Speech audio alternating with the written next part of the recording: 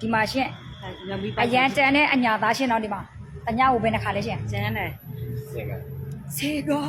ဒီမှာ ယူကစားဆိုလို့ရှိရင် အေးယူကစားပြောပါ ယူကစားဆိုလို့ရှိရင်ကျန်းကလေးကျန်းတယ်တော်တော်လေးနိုင်တယ်လင်းကြီးဒါအမှန်တိုင်းပြောတော့လင်းကြီးတော့ဆိုလို့ရှိရင်လေအစ်စ်ကိုယူကစားနော်လင်းကြီးတော့ဆိုအများဆုံးတညကို3ခါအခုဆို10ခါလင်းရ10ခါ ဟေး အိုးဒါလည်းယူကစားဆိုလို့ရှိရင်လေ तू ကလည်းအမေတောင်ဖြစ် အမေတော်ဖြစ်တယ်အမေတော်တန်းသားတာပေါ့ဟေးစပောက်ပူထွက်တာပေါ့ဟလား ယူကအရေထွက်ခံ အရင်ထွက်ကနေမှဖြစ်လဲ အရေထွက်ခံနေအမေဘာထွက်ဖြစ်သွားတယ် အိုးတို့ဖေကျမအများဆုံးကြုံတာကျမဘွားမှာတော့9ခါပဲကျမကြုံမှုတယ်တကယ်တာမှန်တော့စကားဒါကုစုညာနဲ့ကျမကြုံမှုတော့9ခါ